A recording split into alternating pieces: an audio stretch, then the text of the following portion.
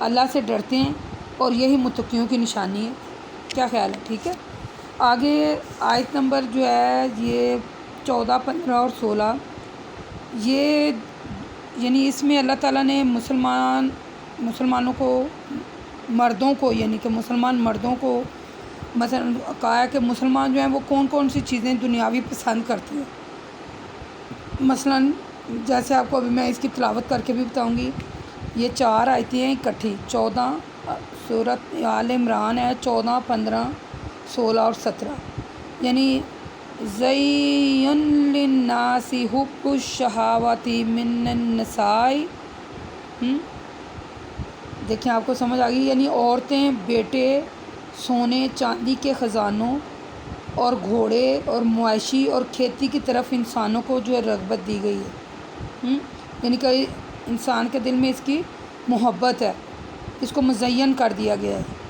ٹھیک ہے، یعنی یہ جو نفع ہے اس کا جو مفہوم ہے، ترجمہ ہے، من ذہب والفضات والخیل المسومات والانعام والحرث ذلک متاع الحیاۃ الدنیا واللہ عندہ حسن المآب قل انبئکم بخیر من ذلکم للذین اتقوا عند ربہم جنات تجری من تحت الانہار خالدین فیہا وازواج مطہرات ورضوان من اللہ واللہ بصیر بالعباد الذین یقولون ربنا انا آمنا فاغفر لنا لا ذنوبنا وقنا عذاب النار الصابرین والصادقین والقانتین والمنافقین والمستغفرین بالاسحار۔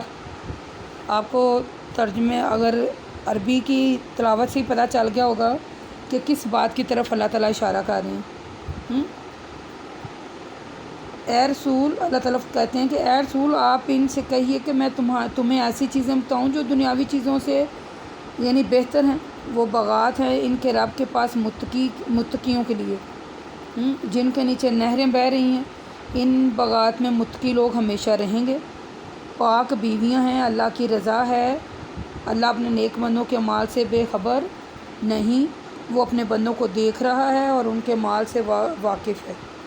یہ جو لوگ دعائیں کر رہے ہیں، اے میرے رب ہم ایمان لائے، ہمارے گناہوں کو معاف کر دے اور ہمیں دوزخ کی آگ سے بچا، ان لوگوں کے مزید صفات یہ ہیں کہ وہ مصائب میں صبر و استقامت سے کام لیتے ہیں، سچ بولتے ہیں، فرما برداری کرتے ہیں، اللہ کے راستے میں خرچ کرتے ہیں اور صبح کے اوقات میں اپنے گناہوں سے معافی مانگتے ہیں۔ یہ ذرا آپ اس آیت میں غور کیجئے گا، آیت نمبر 17 میں، کہ اللہ تعالیٰ کہتے ہیں کہ اللہ کے راستے میں جو بندہ خرچ کرتا ہے، فرما برداری کرتا ہے، سچ بولتا ہے اور صبح کے اوقات میں اپنے گناہوں کی معافی مانگتا ہے۔ صبح کے اوقات کون سے ہوتے ہیں؟ صبح کے اوقات جو ہوتے ہیں وہ تہجد کی نماز اور فجر کی نماز ہے۔ صبح کے اوقات یعنی تہجد کے ٹائم اٹھنا اور اللہ کی عبادت کرنا، جس وقت کہ کوئی بندہ بشر جو ہے، کوئی شور، کوئی بندہ بشر نہیں ہوتا، کوئی شور نہیں ہوتا، بس انسان ہوتا ہے اور اللہ ہوتا ہے جس سے وہ باتیں کر رہا ہوتا ہے، جو انسان اللہ کو باتیں سنا رہا ہوتا ہے۔ تو اللہ کہتے ہیں کہ صبح کے اوقات میں اپنے گناہوں کی معافی مانگتے رہیے۔ یہ سورۃ آل عمران کی آیت نمبر 17 کا ترجمہ ہے جو آپ کو سنایا ہے۔ ایک بار پھر دہرا رہی ہوں کہ صبح کے اوقات میں اپنے گناہوں کی معافی مانگیں۔ آپ قرآن پاک کھولیں اور آیت نمبر 17 کا ترجمہ دیکھیں ذرا کہ اللہ تعالیٰ نے کیا فرمایا۔ اس آیت میں اللہ نے دراصل نعمتوں کا ذکر کیا ہے جو اس نے اپنے بندوں کے لیے پیدا کی ہیں اور جن میں خاص طور پر حسن اور دلکشی رکھی ہے۔ انسان جو ہیں اس کی طرف مائل تو ہوتے ہیں اور ان کو حاصل کرنے کی کوشش بھی کرتے ہیں، یعنی عورتیں ہیں، بیٹے ہیں، سونا چاندی ہے، شاندار گھوڑے، مویشی، کھیتیاں، دولت کی فراوانی ہے۔ دیکھیں پھر اللہ فرماتا ہے ذالک متاع الحیات الدنیا، یہ دنیا کی زندگانی کا ساز و سامان ہے۔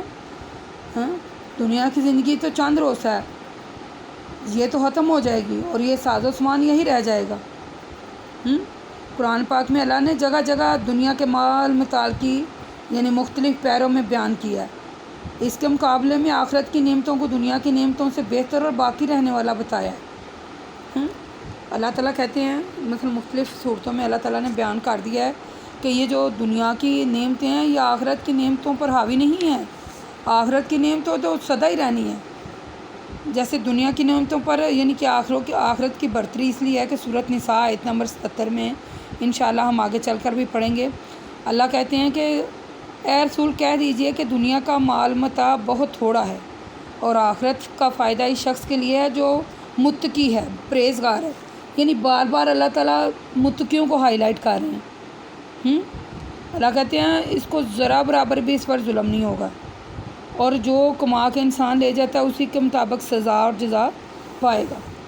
اب جو جنت میں ہمیں چیزیں ملنی ہیں اس میں جنت کی نہریں ہیں. اللہ تعالیٰ کا وعدہ ہے سورۃ محمد میں کہ جنت جس کا وعدہ متقیوں کے لیے ہے. اس کی صفات یہ ہے کہ اس میں مثلا جنت کی جو نہریں ہیں وہ جنت میں نہریں بہہ رہی ہیں، اس میں بو نہیں آئے گی. اس نہر میں اس میں بو نہیں ہوگی. اس میں وہ جو زنگ وغیرہ لگ جاتا ہے وہ نہیں ہوگا. یہ دودھ کی نہریں جن کا مزہ انہیں بدل دے گا. شراب کی نہریں ہیں جو پینے والوں کے لیے بڑی لذت ہے اور صاف یعنی شہد کی نہریں ہیں، دودھ کی نہریں ہیں. ٹھیک ہے. اور جو شراب کی نہریں ہیں وہ دنیا کی شراب نہیں ہے، وہ اللہ تعالیٰ کی بنائی ہوئی شراب ہے.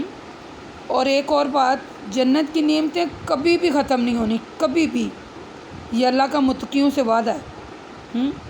جنت میں متقین کے لیے پاکیزہ بیویاں ہوں گی. دوسرا جو احسان اللہ کر رہے ہیں یعنی ان میں نیچی نگاہ رکھنے والی عورتیں ہوں گی جن کو ان سے پہلے کسی انسان نے ہاتھ نہیں لگایا ہوگا اور نہ کسی جن نے. سورۃ الرحمن کی آیت میں نے آپ کو بھی اس کا ترجمہ پڑھ کے بتایا کہ جنت میں اللہ تعالیٰ کی رضا اور رضواں ہوگی. دیکھیں اللہ تعالیٰ کی رضا سب سے بڑی نعمت ہے. اللہ فرماتا ہے مومن مرد اور مومن عورتوں سے اللہ تعالیٰ ایسے بغات کا وعدہ ہے جس کے نیچے نہریں بہہ رہی ہیں. مومن مردیں اور مومن مرد اور مومن عورتیں یعنی متقی مرد اور متقی عورتوں کو اللہ تعالیٰ نے وعدہ کیا ہے کہ ان کے لیے جنت ہے اور اس میں ہمیشہ رہیں گے. اور اللہ تعالیٰ نے نعمتوں کا وعدہ دیا ہے کہ یہ نعمتیں میں نے متقیوں کے لیے رکھی ہیں، مومن مردوں اور مومن عورتوں کے لیے.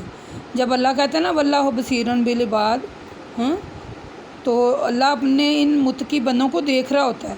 وہ اپنے بندوں کے اعمال سے بخوبی واقف ہوتا ہے. اور انشاءاللہ اللہ تعالیٰ تمام جو ہمارے اعمال ہیں اس کا پورا پورا اجر دیں گے جو ہم نے نیک اعمال کیے ہیں. اب متقیوں کی جو تیسری صفت ہے یہ ہے کہ وہ سچ بولتے ہیں. یعنی اللہ فرماتا ہے کہ آج سچوں کو ان کی سچائی فائدہ دے گی. ان کے لیے ایسے بغات ہیں یعنی جو لوگ سچ بولتے ہیں، جو لوگ جہاد کرتے ہیں، جو لوگ سچ بولتے ہیں، مثلا ان کے لیے متقیوں کی مثلا وہ متقی ہیں. اور متقیوں کی چوتھی صفات جو اللہ نے بیان فرمائی ہے یعنی وہ فرما بردار ہیں، عاجزی اور انکساری اور ادب کا اظہار کرتے ہیں. یعنی اس آیت میں قنوت کا لفظ عاجزی اور انکساری پر دلالت کرتا ہے. اللہ کے سامنے ادب سے کھڑے ہونا، عاجزی اور انکساری سے پیش آنا. آسمان اور زمین میں جتنے بھی لوگ ہیں سب اسی کے ہیں، سب اس کے فرما بردار ہیں. جو کچھ بھی ہے دنیا میں اللہ نے بنایا. اس کا لباب یہ ہے کہ ہمیں اللہ تعالیٰ سے ڈرتے رہنا چاہیے، اپنے اندر تقویٰ پیدا کرنا چاہیے، اخلاق حسنہ سے پیش آنا چاہیے.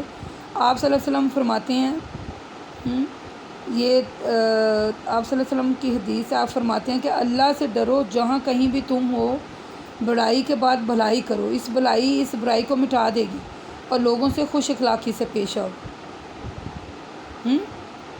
اے لوگو اللہ سے معافی مانگتے رہا کرو، خصوصاً سحر میں یعنی کہ صبح کے اوقات میں خوب اللہ تعالیٰ سے معافی مانگیں. اور صبر و استقامت کا دامن کبھی نہ چھوڑیے گا، کبھی نہیں. اس کو مضبوطی سے پکڑیں اور سچ بولیں اور اللہ کے سامنے عاجزی اور انکساری کا اظہار کریں. اس کے ہی فرما بردار ہیں ہر حال میں، تنگی میں ہو، خوشی میں ہو، ہر حال میں یعنی کہ ہر حال میں اس کا شکر ادا کریں. یہ جو اللہ تعالیٰ نے متقیوں کی صفات ہائی لائٹ کی ہیں، ان کے لیے اللہ تعالیٰ نے کہا کہ یہ جو نعمتیں ہیں نا یہ ان کے لیے ہیں جو جنت میں ہیں. تو دیکھیں آخر میں یہی کہتی ہوں کہ دیکھیں زندگی تو چند روزہ ہے. ہمارے سامنے کتنے لوگ جو ہم میں رہتے بہتے تھے، کھاتے تھے، پیتے تھے، ہم میں اٹھتے بیٹھتے تھے، ہم ان کے ساتھ باتیں کرتے تھے، وہ ہمارے ساتھ وہ ویسے ہی رہتے تھے جیسے ہم آج رہ رہے ہیں. تو وہ آج ہم میں نہیں ہیں. تو اس کا مطلب یہ ہے کہ ہم نے بھی وہیں جانا ہے۔ تو اگر ہم سے کوئی گناہ سرزد ہو گئے ہیں تو وہ اللہ تعالیٰ ہمیں معاف کرے، اور آئندہ اللہ تعالیٰ ہمیں نیک کام کرنے کی توفیق دے، اور صراط مستقیم پر چلنے کی توفیق عطا فرمائے، اور اللہ ہمیں بھی متقیوں میں شامل کر دے۔ وآخر دعوانا الحمد للہ رب العالمین۔ وقولوا قولی ھذا استغفر اللہ استغفر اللہ استغفر اللہ۔ السلام علیکم ورحمۃ اللہ وبرکاتہ۔